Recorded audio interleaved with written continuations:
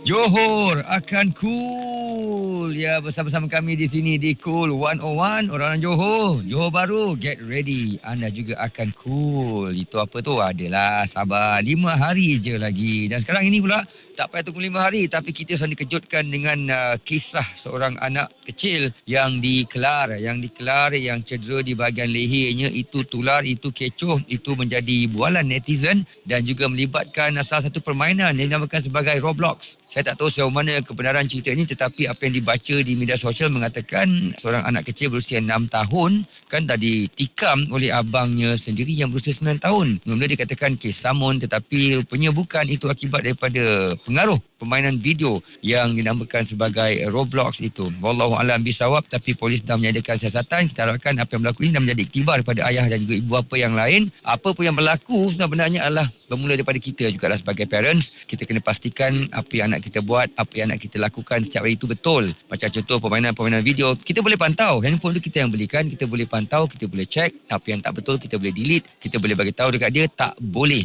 Dan kalau dia buat juga, kita boleh ambil, rampas gadget itu dan simpan. Senang aja. Jadi kalau dah berlaku nak menangis, keluar mata darah sekalipun, pada saya tak berguna dah. Cuma sebelum itu kita boleh elakkan. Kita boleh buat sesuatu, kita pantau, kita perhatikan. Janganlah mak ayah main handphone, anak main handphone, tak tahu apa yang anak anda lakukan pada handphone tersebut. Apa yang dia buat. Dia borak dengan siapa? Dia main permainan apa? Apa yang dia buat setiap hari? Itu penting. Kita pantau, kita tahu untuk keselamatan anak-anak kita, dapat kita mengelakkan perkara-perkara tak baik berlaku pada mereka dan juga anak-anak jiran yang lain. Bila dia berkawan, dia akan kongsikan dengan orang lain pula. Jadi itu bahaya. Ingat, segala-galanya bermula di rumah dan segala-galanya bermula bersama dengan kita lah, ibu dan juga ayah. Kalau nak komen cerita ni pun boleh. Telefon saya 0377225656 ataupun WhatsApp 0172765656 di Cool 101.